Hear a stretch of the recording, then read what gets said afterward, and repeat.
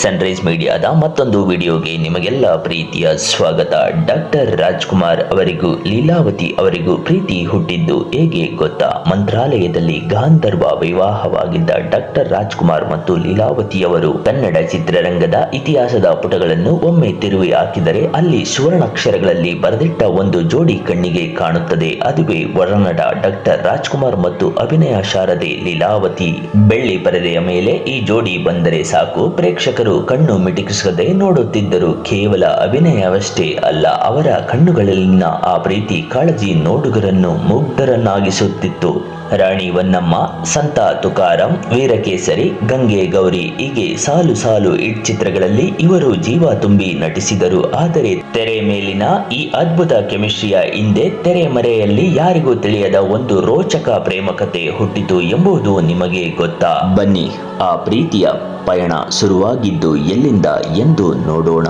ಆ ಒಂದು ರೈಲು ಪ್ರಯಾಣ ಮತ್ತು ಹಂಚಿಕೊಂಡ ತುತ್ತು ಅನ್ನ, ಅದು ಸಂತ ತುಕಾರಾಂ ಸಿನಿಮಾ ಶೂಟಿಂಗ್ ಸಮಯ. ಇಡೀ ಚಿತ್ರರಂಗ ಶೂಟಿಂಗಾಗಿ ರೈಲಿನಲ್ಲಿ ಪ್ರಯಾಣ ಬೆಳೆಸಿತ್ತು. ವಿಧಿ ಆಟವೋ ಅಥವಾ ತಾತ್ಕಾಲಿಕವೋ, ಅದು ಲೀಲಾವತಿಯವರ ಗಡಿಬಿಡಿಯಲ್ಲಿ ತಮ್ಮ ಜೊತೆ ಯಾವುದೇ ಬುತ್ತಿ ಊಟ ತಂದಿರಲಿಲ್ಲ.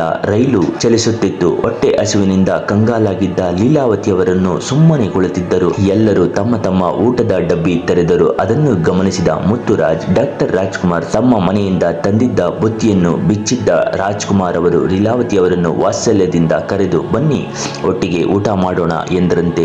ಅಂದು ಹಸಿವಿದ ಹೊಟ್ಟೆಗೆ ರಾಜ್ಕುಮಾರ್ ಅವರು ನೀಡಿದ ಅನ್ನದ ತುತ್ತು ಅವರ ಸರಳತೆ ಮತ್ತು ಅಂತಃಕರಣ ಲೀಲಾವತಿಯವರ ಮನದಲ್ಲಿ ಅಚ್ಚಳಿಯದೆ ಉಳಿಯಿತು. ಅಲ್ಲಿಯವರೆಗೆ ಕೇವಲ ಸಹನಟರಾಗಿದ್ದವರು ಆ ಒಂದು ತುತ್ತು ಅನ್ನದಿಂದ ಆತ್ಮೀಯರಾದರು. ಆ ಗಳಿಗೆಯಿಂದಲೇ ಇಬ್ಬರ ನಡುವಿನ ಗಾಢ ಸ್ನೇಹ ಮತ್ತು ಪ್ರೀತಿಗೆ ನಾಂದಿಯಾಯಿತು. ಪತ್ರಗಳಲ್ಲಿ ಚಿ ಎಂದು ಕರೆಯುತ್ತಿದ್ದ ಅಣ್ಣವರು ರಂಗಭೂಮಿಯ ನಾಟಕಗಳಿಂದ ಹಿಡಿದು ಬೆಳ್ಳಿಯ ಪರದೆಯವರೆಗೂ ಈ ಇಬ್ಬರು ಜೋಡಿಗಳು ಜೊತೆ ಜೊತೆಯಾಗಿ ಹೆಜ್ಜೆ ಹಾಕಿದರು. ವೀರಕೇಸರಿಯ ಕೆಚ್ಚದೆಯ ನಾಯಕನಿಗೆ, ವಾಲ್ಮೀಕಿಯ ತಪಸ್ವಿಗೆ, ಮನಮೆಚ್ಚಿದ ಮಡದಿಗೆ ಲೀಲಾವತಿಯವರು ಸಾಥ್ ನೀಡಿ ಅದ್ಭುತ ತುಂಬಿದ ಕೊಡ ಅಂತಹ ಕೌಟುಂಬಿಕ ಚಿತ್ರಗಳಲ್ಲಿ ಇವರ ನಟನೆ ನೋಡಿ ಜನ ಇವರು ನಿಜವಾದ ಗಂಡ ಹೆಂಡತಿ ಎಂದು ನಂಬಿ ಭಾವಿಸಿದರು. ಆ ಒಡನಾಟ ಎಷ್ಟು ಗಾಢವಾಗಿತ್ತು ಅಂದ್ರೆ ರಾಜ್ಕುಮಾರ್ ಅವರು ಲೀಲಾವತಿಯವರಿಗೆ ಪತ್ರಗಳನ್ನು ಬರೆಯುತ್ತಿದ್ದರಂತೆ. ಆ ಪತ್ರಗಳಲ್ಲಿ ಲೀಲಾವತಿಯವರನ್ನು ಪ್ರೀತಿಯಿಂದ ಚಿ, ಚಿರಂಜೀವಿ ಅಥವಾ ಚಿನ್ನ ಎಂದು ಸಂಬೋಧಿಸುತ್ತಿದ್ದರು.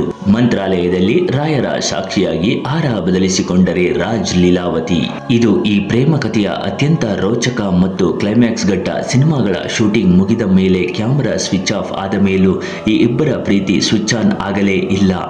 ಇಬ್ಬರ ಮನಸ್ಸುಗಳು ಬೆಸೆದುಕೊಂಡಿದ್ದವು. ಆ ಒಂದು ದಿನ, ಹೌದು, ಆ ಪತ್ರ ಇವರಿಬ್ಬರಿಗೂ ಮಂತ್ರಾಲಯದ ರಾಯರ ಸನ್ನಿಧಿಗೆ ಹೋಗಿದರು. ಅಲ್ಲಿ ನಡೆದಿದ್ದು ಯಾರಿಗೂ ಊಹಿಸಲಾಗದ ಘಟನೆ. ತುಂಗಾಭದ್ರಾ ನದಿಯ ದಡದಲ್ಲಿ ರಾಯರ ಬೃಂದಾವನದ ಸಾಕ್ಷಿಯಾಗಿ ಡಾಕ್ಟರ್ ರಾಜ್ಕುಮಾರ್ ಅವರು ಭಾವ ಪರವಶರಾಗಿ ಲೀಲಾವತಿಯವರ ಕೊಳ್ಳಿಗೆ ಹಾರವನ್ನು ಹಾಕಿಬಿಟ್ಟರು. ಆ ಕ್ಷಣ ಅಲ್ಲಿ ಮೌನ ಆವರಿಸಿತು. ನೀನು ನನ್ನವಳು, ಈ ಜನ್ಮಕ್ಕೂ ಮುಂದಿನ ಜನ್ಮಕ್ಕೂ ನೀನೇ ನನ್ನ ಮಡದಿ, ನಿನ್ನನ್ನು ಎಂದಿಗೂ ಕೈ ಬಿಡುವುದಿಲ್ಲ ಎಂದು ರಾಜ್ಕುಮಾರ್ ಅವರು ಮಾತು ಕೊಟ್ಟಿದ್ದರು.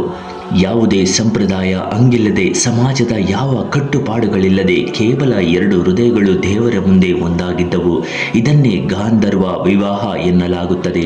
ಅಂದು ರಾಜ್ಕುಮಾರ್ ನೀಡಿದ ಆ ಮಾತು, ಹಾಕಿದ ಹಾರ ಲೀಲಾವತಿಯವರ ಪಾಲಿಗೆ ಪ್ರಪಂಚದ ಎಲ್ಲ ಆಸ್ತಿಗಳಿಗಿಂತಲೂ ದೊಡ್ಡದಾಗಿತ್ತು. ಜಗತ್ತಿಗೆ ಅವರು ಕೇವಲ ಸಹನಟರಾಗಿರಬಹುದು, ಆದರೆ ರಾಯರ ಸಾಕ್ಷಿಯಾಗಿ ಅವರಿಬ್ಬರು ಪತಿ ಪತ್ನಿಯರಾಗಿದ್ದರು ಎಂಬುದು ಸತ್ಯ. ಇಂದಿಗೂ ಇದು ನಿಗೂಢವಾಗಿಯೇ ಉಳಿದಿದೆ. ಎಂತಹ ವಿಚಿತ್ರ ಅಲ್ವಾ? ಕೋಟಿ ಜನರ ಮುಂದೆ ನಟಿಸಿದರು. ಆ ವ್ಯಕ್ತಿಯ ಮುಂದೆ ಪ್ರೀತಿಗಾಗಿ ಲೀಲಾವತಿಯವರು ತಮ್ಮ ಜೀವನವನ್ನೇ ಮುಡಿಪಾಗಿಟ್ಟರು. ಇದು ನಿಜಕ್ಕೂ ಬೆರಗು ಮೂಡಿಸುವ, ಕಣ್ಣೀರು ತರಿಸುವ ಪ್ರೇಮ ಕಥೆ ಅಲ್ಲವೇ? ಸೂಚನೆ: ಈ ಮೇಲಿನ ಲೇಖನವು ರವಿ ಬೆಳಗೆರೆ ಅವರು ಬರೆದ ರಾಜ್ ಲೀಲಾ ವಿನೋದ ಪುಸ್ತಕದಲ್ಲಿ ಲೀಲಾವತಿ ಅವರು ಹಂಚಿಕೊಂಡಿರುವ ವಿಷಯಗಳನ್ನು ಆಧರಿಸಿದೆ. ಈಗ ಅವರಿಬ್ಬರು ನಮ್ಮ ಜೊತೆಯಲ್ಲಿಲ್ಲ, ಆದರೂ ಇದು ನಿಜವೋ ಸತ್ಯವೋ ಎಂಬುದು ಯಾರಿಗೂ ಸಹ ಗೊತ್ತಿಲ್ಲ. ನಿಮ್ಮ ಅನಿಸಿಕೆ ಅಭಿಪ್ರಾಯಗಳನ್ನು ಮರೆಯದೆ ಕಮೆಂಟ್ ಮಾಡಿ ನೋಡೋಣ.